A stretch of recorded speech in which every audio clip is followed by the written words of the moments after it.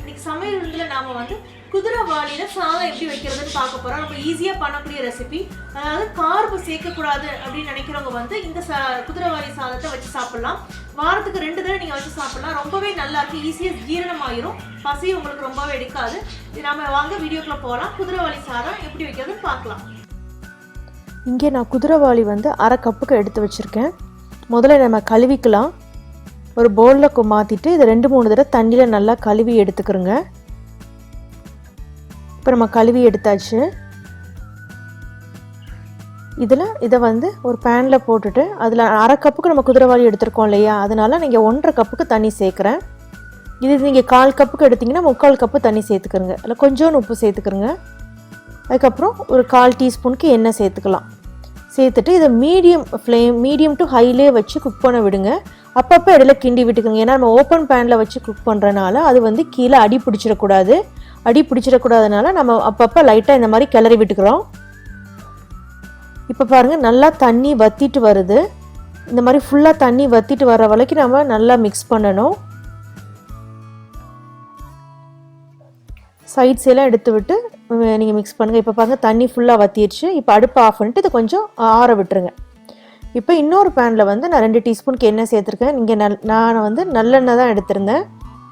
இதில் நான் 1 டீஸ்பூனுக்கு கடுகு, 1/2 டீஸ்பூனுக்கு உளுந்து, அப்புறம் 1/2 டீஸ்பூன் ஜீரகம், 1/2 டீஸ்பூன் கருஞ்சீரகம் நான் சேர்க்குறேன். அதுக்கப்புறம் 1 டீஸ்பூனுக்கு இஞ்சி கட் பண்ணி வச்சுருந்தேன் குட்டி குட்டியாக, அதையும் சேர்த்துருக்கேன். அதே போல் 1 டீஸ்பூனுக்கு வெள்ளைப்பூடு கட் பண்ணி வச்சுருந்தேன், அதையும் இங்கே சேர்த்துக்கிறேன். இப்போ இங்கே வந்து வேர்க்கடலை வந்து வறுக்காத வேர்க்கடலை சேர்க்குறேன். நீங்கள் வறுத்த வேர்க்கடலையாக இருந்தால் கடைசி நேரத்தில் சேர்த்துக்கலாம். ஏன்னா பச்சை கடலைனால இப்போவே சேர்த்து எண்ணெயில் வறுத்துக்கிறேன். இது லைட்டாக ஓரளவு பொரிய ஆரம்பித்த உடனே நம்ம கட் பண்ணி வச்சுருக்க வெங்காயத்தை சேர்த்துக்கலாம். ஒரு 1/2 கப்புக்கு சேர்த்துக்கிட்டா போதும். அதுக்கப்புறம் எடுத்து வச்சுருக்க ஒரு பச்சை மிளகாயையும் கொஞ்சம் கருவேப்பிலையும் சேர்த்துக்கிறேன். சேர்த்துட்டு அதையும் சேர்த்து நல்லா மிக்ஸ் பண்ணுங்கள். அந்த வெங்காயம் வந்து லைட்டாக டிரான்ஸ்பரண்ட் ஆகிற வரைக்கும் நல்லா வதக்கிக்குங்க. அதுக்கப்புறம் நம்ம கட் பண்ணி வச்சுருக்க ஒரு தக்காளி பழத்தை சேர்த்துக்கலாம். இந்த தக்காளி பழம் வந்து நல்லா பழுத்த பழமாக இருக்கணும், காயாக இருக்காமல் நல்லா பழமாக சேர்த்துக்கிறோங்க. அதுக்கப்புறம் இந்த தக்காளி பழம்லாம் நம்ம வதங்குறதுக்கு நம்ம வந்து கொஞ்சோண்டு உப்பு சேர்த்துக்கிறோம். ஏற்கனவே குதிரைவாலி குக் பண்ணும்போது உப்பு சேர்த்துருக்கோம், அதனால் உப்பு பார்த்து சேர்த்துக்கிறோங்க. இப்போ லோ டு மீடியமில் வச்சு இதை மூடி போட்டு குக் பண்ணுங்கள்.